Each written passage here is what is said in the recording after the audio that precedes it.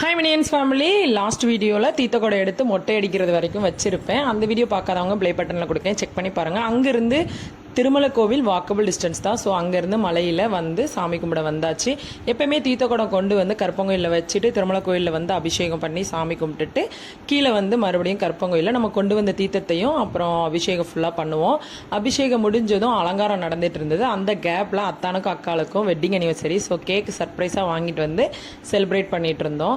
அதோட சாமக்கொடை நைட்டு 11 மணிக்கு அலங்காரம்லாம் முடிஞ்சதுக்கப்புறம் சாமிக்கு படப்பெல்லாம் போட்டு கெடா வெட்டுறதுக்கு ரெடி பண்ணியாச்சு. சாமி உத்தரவு கொடுத்த உடனே கெடா வெட்டி அதுக்கப்புறமா அதை உரிச்சு ரெடி பண்ண ஆரம்பிச்சிருவாங்க. இதை வச்சு தான் நைட்டு செம ஃபன்னு பண்ணியிருப்போம். பூஜை முடிஞ்ச உடனே எல்லாருமே பிரசாதம் வாங்கிட்டு, பிரசாதம் என்னன்னா எள்ளும் கருப்பட்டி, அப்புறம் பஞ்சாமிர்தம், படப்பு சாப்பாடு. படப்பு சாப்பாடுக்கு நாட்டுக்கோழி குழம்பு வச்சு சாப்பிடுவோம். அதுக்கப்புறமா தான் நாங்கள் வேற லெவல் வேலையை பார்த்தோம். அதை நெக்ஸ்ட் வீடியோவில் அப்லோட் பண்ணுறேன். வீடியோ பிடிச்சா லைக் பண்ணுங்கள். Stay tune. பை. தேங்க்யூ.